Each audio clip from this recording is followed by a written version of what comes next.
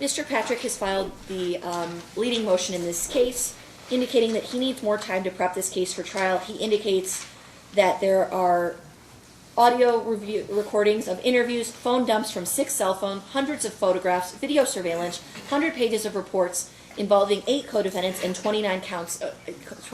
So basically you're saying that this is a very involved case and you have not been able to go through all the discovery that was given to you by the state, let alone process it and begin to defend against it. That's correct, John. There's just no way at a short setting to get through all that.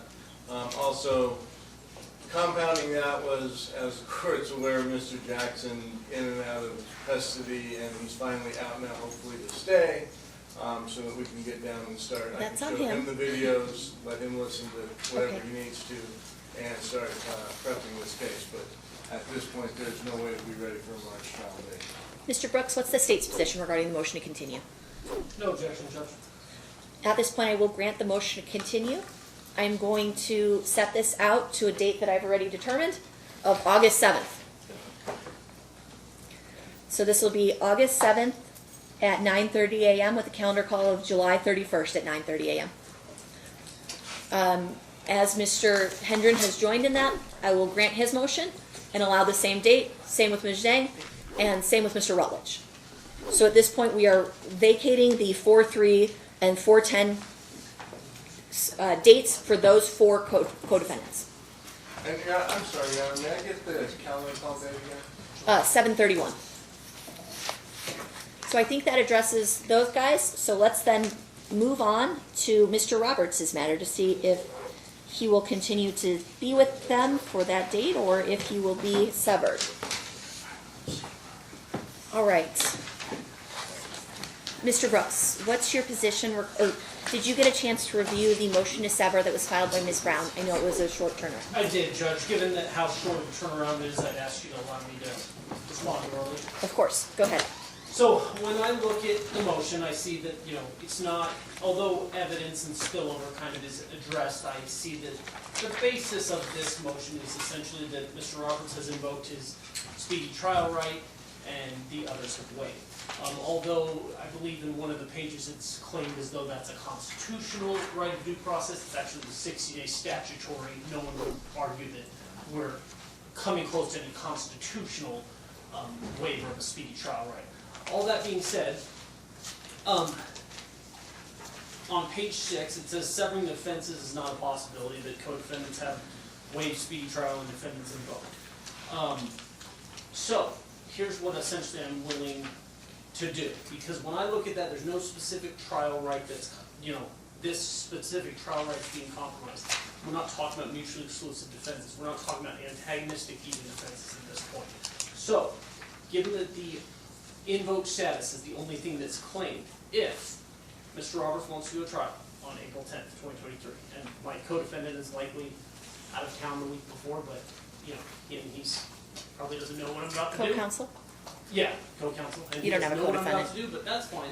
So if this ruling would be limited to strictly the invoked status, so if later on defendant continues the trial or anything like that, then I would ask that he be rejoined at that point in time.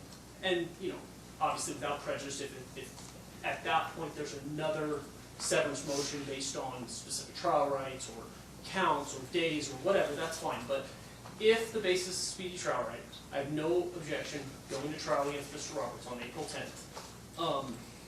But, Okay. everyone, as long as everyone knows that If it gets continued, it's getting continued, and we'll have to address the merits of the underlying spillover issue. and just, this isn't about a particular piece of evidence that's being excluded. This isn't about, and there's still discovery obviously coming in. We've gotten as much as we can, but, there's still possible DNA testing. I've done records requests to double check what we've got, jail calls, we're still attempting phone dumps, but whether that'll happen or not, it's fine. I just want everyone to know that. Okay. And So it sounds like you'd be comfortable with me ruling that you can be severed and maintain your 4/10 date. However, if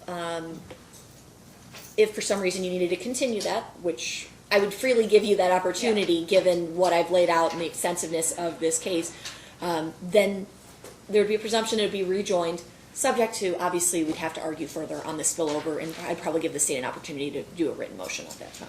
And I totally understand, and we would have other grounds to sever, but because the other defendants were continuing, we didn't elaborate extensively. Right.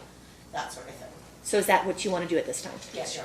Okay, so at this time, we will maintain Mr. Roberts with a calendar call of 4/3, that's next week, and then a trial date of July of 4/10. Obviously, if there is a motion to continue, I'm going to put on the record, if there's a motion to continue, the presumption is that he would get that same August 7th date. And then we would address at that point any additional arguments for legal bases to sever. Okay? Is the state okay with that record? Yes, Judge. Okay. Anything further regarding that? No, just my bail motion. Okay. Moving on to the motion to sever. So the motion to sever is granted, I guess, conditionally. And then the motion for a reasonable bail. Go ahead. You may be heard, Ms. Brown. First, Your Honor, I'd like to note that Mr. Roberts has numerous people present Okay. in support. He has his girlfriend, Denzale, who is pregnant and due in the next, I think, 4 months. And his uncle, Antoine, on video. He's got his mom, Yvonne, his sister, Jamaica, and his aunt, Mimi, and a friend by the name of Antoine. Honestly, Your Honor, this would have been a case that I would have filed a writ, but for the fact that my client insists that he wants to go to speedy trial. The evidence is so thin on my client, you can see through it. They have text messages from one of the defendants to my client, but they have, from what I can see, no evidence that my client received those, had knowledge of, anything. We will be bringing a motion to suppress those messages against him. They do have a car at the scene that looks like his girlfriend's, but they can't say it's his girlfriend's. They have cell phone tower location information, but it's not GPS, and it's not even triangulated. It's one tower evidence. At least that's what's being told to me by my investigator. So, I'll wait for the DA to speak to that. But it's my understanding that it's just one tower, which would mean he's somewhere close, but not at the location. I would note that they do have a video of him visiting the hotel where Ms. Queen is staying with one of the co-defendants. And that's it, Your Honor. And at that time, he was driving his girlfriend's car that looks like the one at the scene. Honestly, if he was a standalone defendant, I don't think they would have even charged him on this evidence. I think it's extremely thin. And based on that, my client elected to go to trial as opposed, and just get this over with, as opposed to going on writ. I would note that he was jammed up on 2 robberies or 2 burglaries, my mistake, when he was 18 and 19 in California, and he was given some pretty stiff sentences and spent, the majority of his adult life in prison. He's never been given an opportunity for probation. Well, actually, my bad. I'm sorry. He was given an opportunity of probation on his 18-year-old case when he was a baby. He's now 26. He has a job at UPS that his girlfriend is working tirelessly to keep for him. He has housing. He has a stable place to be. He has the support of his friends and family. He has his girlfriend who's going to be giving birth. He also provides assistance to his uncle with errands and that sort of thing because his uncle is disabled. He was doing really well with his life until it came to this one offense. Based on that, Your Honor, I think a $50,000 bail with high level would be good. Even if you believe the state that it's their belief that he was a driver, he was a driver. And I'm not saying that if he was a driver that he wouldn't be responsible, but it does weigh on his bail and his culpability. But Mr. Roberts' position is that he was not involved, that he's innocent, and that the evidence is so thin that he should not be held on bail at all, but if he is, that $50,000 is sufficient. State, you may respond orally.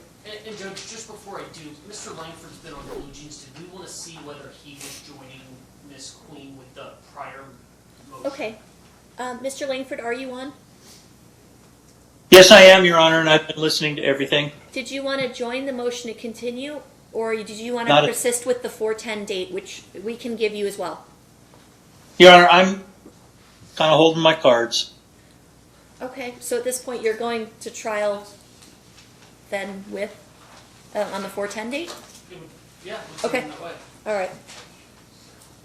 Okay, sorry, Mr. Langford, I didn't mean to put you on the spot there, I just saw that you were on there. Okay. So, Judge, I won't go into all the factual stuff because there was that long motion that was filed, so unless you have actual factual questions, I mean, Mr. Ports went through like a 35-page rendition of all the facts. But what I had just heard there was nothing more than actually just arguing some of the facts of the case. And sometimes when I do that, I get yelled at because I haven't really addressed any about, not from you, but I haven't addressed Can you Valdez. remind me of the history of this case, like where the bails, who set what bails? So the When? bail for $250,000 in high-level electronic monitoring as to Mr. Roberts was set in Henderson Justice Court after a pre-trial detention hearing, or I don't know if they used the word detention, but it was set in Henderson bail.